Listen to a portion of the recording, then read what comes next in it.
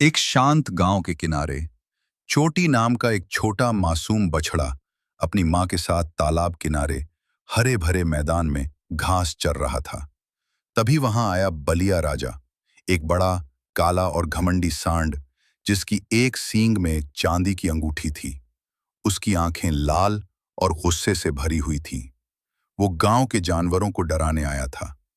उसने चोटी की मां को धक्का दिया और अपने इलाके का दावा किया। चोटी डरकर मां के पीछे छिप गया।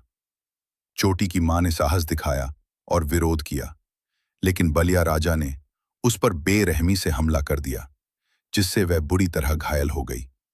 चोटी अपनी मां को नहीं बचा पाया। मां तड़पती रही और आखिरकार उसकी गोदी में दम तोड़ दिया। चोटी की आंखों से आंसू बह रहे थे, लेकिन अब उसके दिल में सिर्फ एक चीज थी, बदला।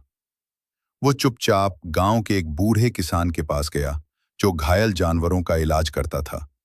किसान ने चोटी को गले लगाया, उसका पालन पोषण किया और हर दिन उसे ताकतवर बनाने की ट्रेनिंग दी। समय बीतता गया। अब चोटी बड़ा और ताकतवर हो चुका था। वो एक शांत लेकिन मजबूत योद्धा बन चुका था। एक दिन उसे खबर मिली कि बलिया राजा फिर से गांव में तबाही मचा रहा है।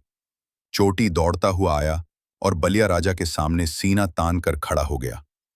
दोनों की आंखों में टकराव था। फिर शुरू हुई लड़ाई।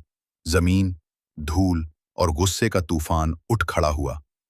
चोटी ने अपनी पूरी ताकत से बलिया राजा को उठाकर हवा में उछाला और जोर से जमीन पर पटक दिया।